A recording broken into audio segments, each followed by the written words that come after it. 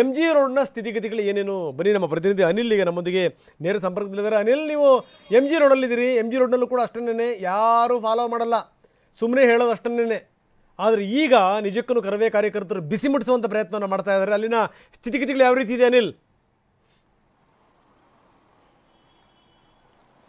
ಖಂಡಿತವಾಗ್ಲೂ ರಂಗನಾಥ್, ಕನ್ನಡ ನಾಮಫಲಕ ಅಳವಡಿಕೆ ಮಾಡದಿರುವಂತಹ ಕೆಲವೊಂದು ಮಾಲ್ಗಳು ಮತ್ತೆ ಕೆಲವೊಂದು ಕಂಪನಿಗಳ ವಿರುದ್ಧ ಕನ್ನಡ ಪರ ಸಂಘಟನೆಗಳು ಆಕ್ರೋಶ ಕೂಡ ಹೊರಹಾಗ್ತಾ ಇರುವಂತ ಈಗ ಬೆಂಗಳೂರಿನ ಹಲವೆಡೆ ಪ್ರತಿಭಟನೆ ಕೂಡ ಮಾಡ್ತಾ ಇರುವಂತ ಈಗ ಬೆಂಗಳೂರಿನ MG ರಸ್ತೆ ಸಮೀಪ ಇರುವಂತಹ ಲಾವರಿ ರಸ್ತೆಯಲ್ಲಿ ಇಲ್ಲಿ ಒಂದು ಖಾಸಗಿ ಕಂಪನಿ ಒಂದು ಕನ್ನಡ ನಾಮಫಲಕವನ್ನೇ ಹಾಕಿಲ್ಲ. ಹೀಗಾಗಿ ಅದನ್ನ ಪುಡಿ ಮಾಡುವಂತ ಕೆಲಸವನ್ನು ಕೂಡ ಕರವೇ ಕಾರ್ಯಕರ್ತರು ಮಾಡಿರುವಂತದ್ದು. ಅಂದ್ರೆ ಈಗ ಬ್ರೆನನ್ ಒಂದು ಕಂಪನಿ ಸಂಪೂರ್ಣವಾಗಿ ತನ್ನ ಒಂದು ಕಂಪನಿಯ ಡೀಟೇಲ್ಸ್ ಅನ್ನು ಕೂಡ ಇಂಗ್ಲಿಷ್ ನಲ್ಲಿ ಕೂಡ ನಾಮಫಲಕವನ್ನು ಅಳವಡಿಕೆ ಮಾಡಿರುವಂತದ್ದು. ಈಗಾಗಲೇ ಈ ಒಂದು ಕಂಪನಿ ಇದಕ್ಕೂ ಕೂಡ ಹಲವು ಬಾರಿ ಒಂದು ಮಾಹಿತಿಯನ್ನು ಕೂಡ ಕೊಟ್ಟಿರುವಂತದ್ದು, ಸೂಚನೆಯನ್ನು ಕೂಡ ಕೊಟ್ಟಿದ್ದು ಕನ್ನಡವನ್ನ ಅಳವಡಿಕೆ ಮಾಡಿ, ಕನ್ನಡ ನಾಮಫಲಕವನ್ನು ಅಳವಡಿಕೆ ಮಾಡಿ ಅಂತ.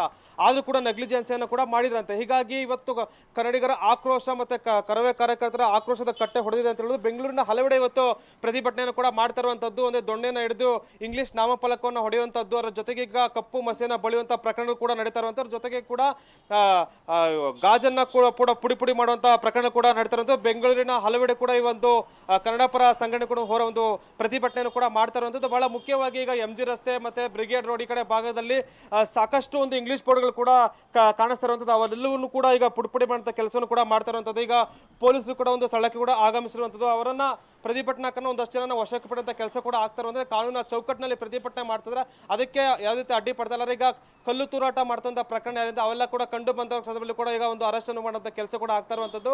ಸದ್ಯಕ್ಕೆ ಈಗ ಒಂದು ಸರ್ಕಾರದ ನಿಯಮದಂತೆ 60% ಕನ್ನಡ ಒಂದು ವರ್ಡಿಂಗ್ಸ್ ಅನ್ನ ಹಾಕಿ ಅನ್ನೋ ಒಂದು ಮಾತನ್ನು ಕೂಡ ಕನ್ನಡ ಪರ ಸಂಘಟನೆಗಳು ಹೇಳ್ತಾ ಇರುವಂತದ್ದು. ಅಂದ್ರೆ ಈಗ ಕಾನೂನು ಎಲ್ಲೇನ ಮೀರಿ ಪ್ರತಿಭಟನೆ ಮಾಡ್ತಾರಂತ ಒಂದು ಕನ್ನಡ ಪರ ಸಂಘಟನೆಗಳು ಕೂಡ ಸದ್ಯಕ್ಕೆ ವಶಪಡುವಂತ ಕೆಲಸ ಕೂಡ ಆಗ್ತಾ ಇರುವಂತದ್ದು. ಇನ್ನು ಬೆಂಗಳೂರಿನ ಹಲವು ಭಾಗದಲ್ಲಿ ಇವತ್ತು ಸಂಜೆವರೆಗೂ ಕೂಡ ಪ್ರತಿಭಟನೆ ನಡೆಯುವಂತ ಎಲ್ಲಾ ಸಾಧ್ಯತೆ ಕೂಡ ಇರುವಂತದ್ದು. ರಂಗನಾಥ್, ಓಕೆ, ಧನ್ಯವಾದ. ತಮ್ಮೆಲ್ಲ ಮಾಹಿತಿಗೆ ನಾವು ತೋರಿಸ್ತಾ ಇದ್ವಿ ಮೂರು ಕಡೆಯ ದೃಶ್ಯಾವಳಿಗಳು. ಒಂದು ಏರ್ಪೋರ್ಟು, ಇನ್ನೊಂದು ಮಾಲ್ ಆಫ್ ಏಷ್ಯಾ, ಇನ್ನೊಂದು MG ರೋಡ್ನ ವಿವರಗಳನ್ನು ನಾವು ನಿಮಗೆ ಕೊಡ್ತಾ ಇದ್ವಿ.